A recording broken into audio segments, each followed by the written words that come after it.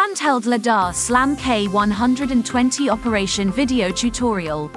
Open the box and take out the device. When installing the GNSS antenna, be sure to well match antenna bracket with the square slot. Push it slightly with your thumb until tight. Insert the GNSS cable. Never bend this tiny cable terribly. When removing this GNSS antenna, pinch the cable plug and pull it out slowly. Never bend this tiny cable terribly. Suppose the pano camera is included in your package. Now it's time to install. Press the little silver button, hold the camera bottom, and push the camera bracket slowly into the square slot till the end. For disassembly, remove the pano camera first, then GNSS antenna. Fix the shoulder strap with battery compartment. Connect battery compartment to the device via the main cable. For smooth cable connection, align to the two red dots before inserting. To disconnect the cable, pinch the plug shell a little bit, then pull it out slightly.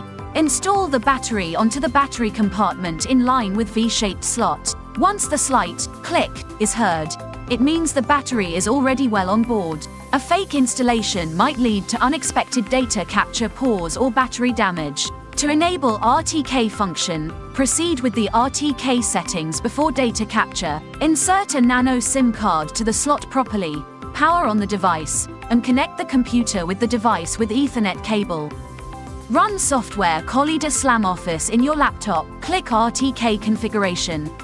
Click connect to link with the device first. Input all necessary info and click login. Click check state to check account info. Manual input to log in is needed once only, and it keeps working automatically in coming practice unless this account is log out. Meanwhile, RTK setting is available in app also. After assembly, the device will be ready for fieldwork. Plan first how to travel, record the starting point,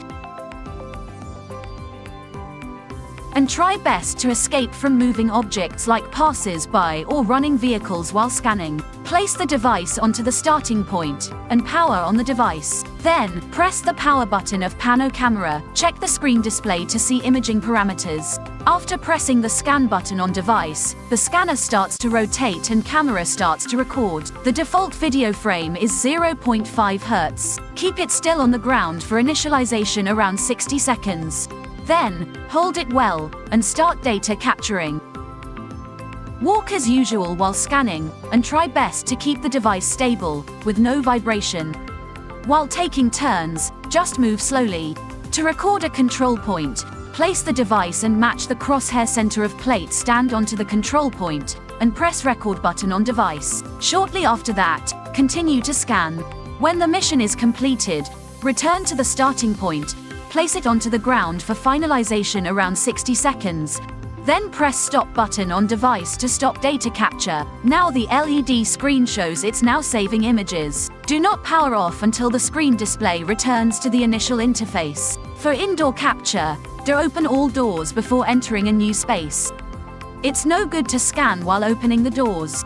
In case of a big room needed to scan, enter it and walk a little bit, turn around slowly and quit. In case of a small room, just stay at the entrance and capture the interior for a while. Do turn around slowly while taking turns in the narrow passages, like corridors or staircases. Always get the scanner to face open space and try not to get too close to the wall. When RTK function is enabled outdoors, the loop closure is not needed. Certain control points would help much to improve the output accuracy. If RTK is not enabled or it seems hard to have fixed solutions all the time, just stick to the loop closure instead. In case of large scenes, it's necessary to split into several missions. Stick to loop closure for each mission and make sure that certain overlapping is made in between any two of the neighboring split zones. Thanks for working with our product. For more details, please contact your local dealer or manufacturer.